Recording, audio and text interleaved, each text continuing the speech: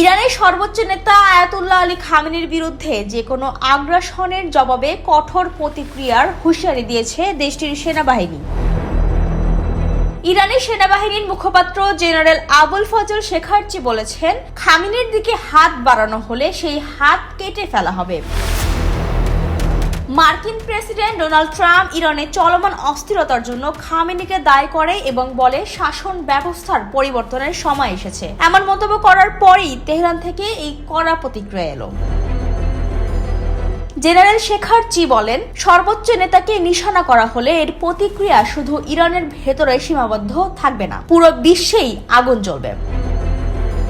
একই সুরে ইরানের পার্লামেন্টের জাতীয় নিরাপত্তা ও পররাষ্ট্রনীতি কমিশন জানায়, দৃঢ় বন্ধনের আস্থায় শক্তিশালী স্টিলের আরেকটি নাম জেডএসআরএম। খামেনির ওপর হামলা ইসলামী বিশ্বের বিরুদ্ধে যুদ্ধ ঘোষণার শামিল। এমন পরিস্থিতিতে ইসলামী আলেমদের পক্ষ থেকে জিহাদের ফতোয়া জারির আশঙ্কাও প্রকাশ করা হয়েছে।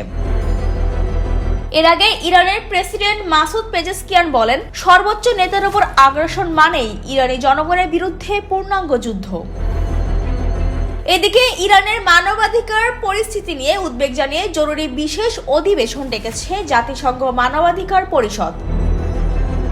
অন্যদিকে যুক্তরাষ্ট্রের হুমকি উপেক্ষা করে ইরানের সঙ্গে বাণিজ্য অব্যাহত রাখার ঘোষণা দিয়েছে রাশিয়া। এই পাল্টাপাল্টি হুঁশিয়ারির শেষ কোথায়? মধ্যপ্রাচ্য কি আরো বড় সংঘাতের দিকে এগোচ্ছে কিনা সেটি এখন দেখার অপেক্ষা। ডেস্ক রিপোর্ট, জয় জয় দিন।